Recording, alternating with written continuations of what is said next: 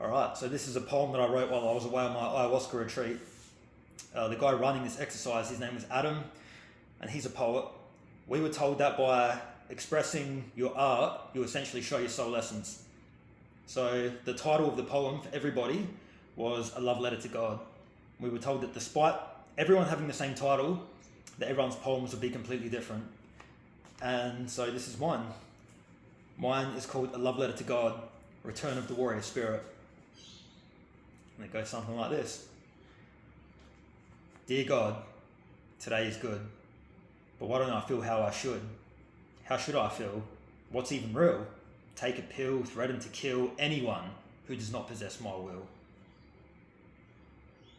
Forgive me, God, for my words, but we must protect what matters, from the biggest to the smallest birds.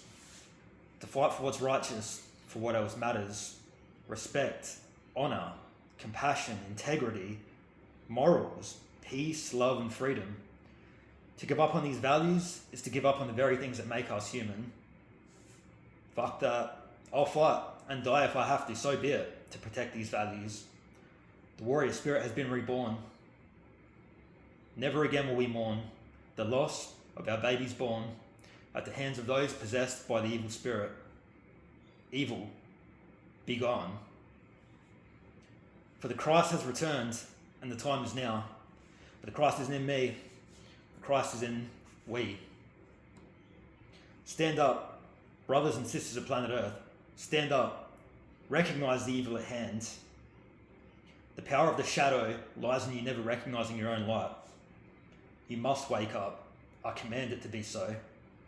Find your light and drive the evil away. Command it to be so, and so it is. By the power of God, let it be so. Thank you.